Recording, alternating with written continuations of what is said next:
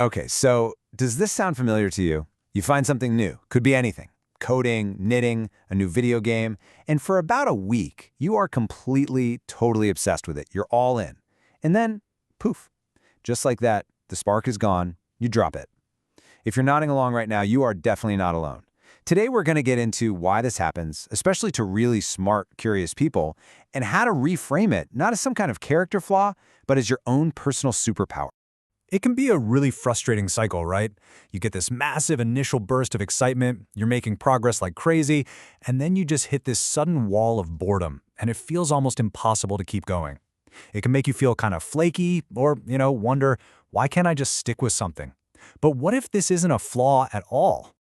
And that right there is the core idea we're going to unpack. This whole thing isn't about a lack of discipline. It's actually about a super efficient system for learning. Your brain is basically harvesting the most important info, the basic pattern of a new skill.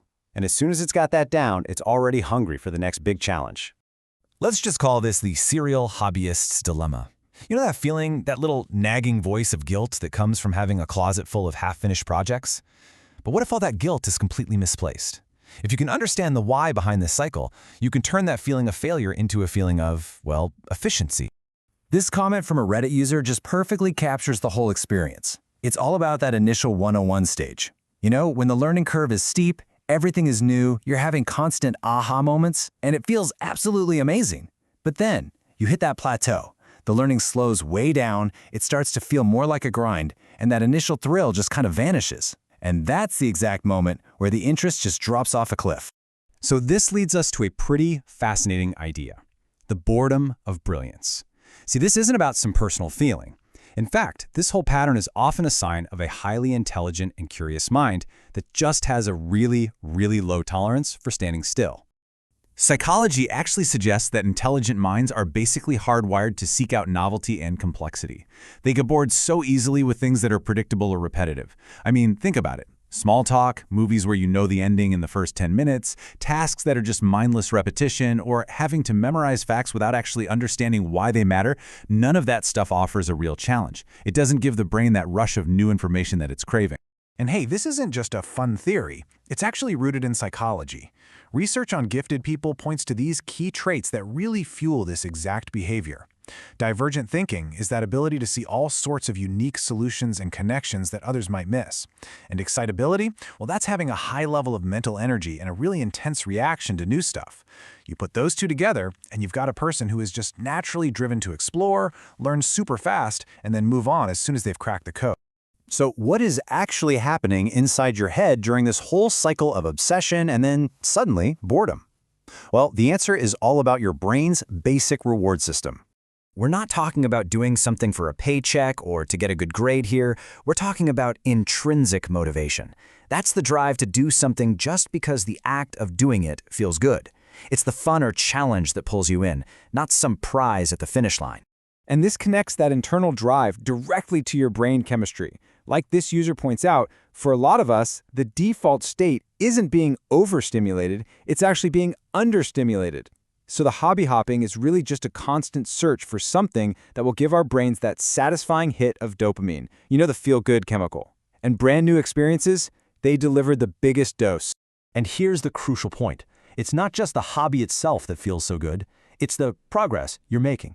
The learning progress hypothesis suggests our brains are literally wired to get a reward from the rate of learning. When you're in that 101 stage, your rate of improvement is massive, and your brain is just bathing in dopamine. But when you hit a plateau, that learning rate plummets, and so does the reward. This explains exactly why we drop things. If a task is way too easy, there's no learning progress, so it's boring. And if it's way too hard and you're just stuck, there's also no learning progress, and it's just frustrating. Your brain is always looking for that sweet spot, that optimal challenge, where learning is happening at the fastest possible rate. Okay, so all of this is building toward a really powerful new way of looking at this whole cycle. Let's reframe this thing from weakness into a strength, something we can call the art of information harvesting. Just look at this comparison. The old story, the one we tell ourselves, is all about quitting. The goal is total mastery, and when we don't get there, we feel guilty and flaky. The result? A pile of unfinished projects. But the new story is information harvesting. Here, the goal isn't mastery, it's just to learn the basic pattern. The focus is on that super exciting 101 stage, The feeling isn't guilt, it's efficiency and accomplishment, and the result isn't a bunch of failures, it's an incredibly wide and diverse base of knowledge. This user just nails the efficiency of this whole mindset. It's about getting the biggest learning reward for your time and energy. Your motivation just naturally follows whatever is most rewarding at that moment. It's not about being lazy, it's literally an optimization strategy that your brain is running all the time. So let's just ditch that negative label for good. You are not a serial quitter. You are a serial learner. Your mind is an engine that's built for rapidly picking up new skills and concepts. You're a generalist, a polymath in training, and you're building this huge toolkit of understanding that cuts across tons of different fields. Okay, so this all sounds great, but how do we actually take this new understanding and apply it to our lives? How can we start working with this tendency instead of feeling like we're always fighting against it? Try treating your hobbies like a series of learning sprints, not some lifelong marathon. First, when you start something new, identify what that initial 101 stage is going to look like. Second, just lean in and enjoy that initial period of intense focus. That's the dopamine rush your brain is looking for. Third, as you're doing it, consciously try to figure out the core principles. What's the 20% of the knowledge that gives you 80% of the understanding?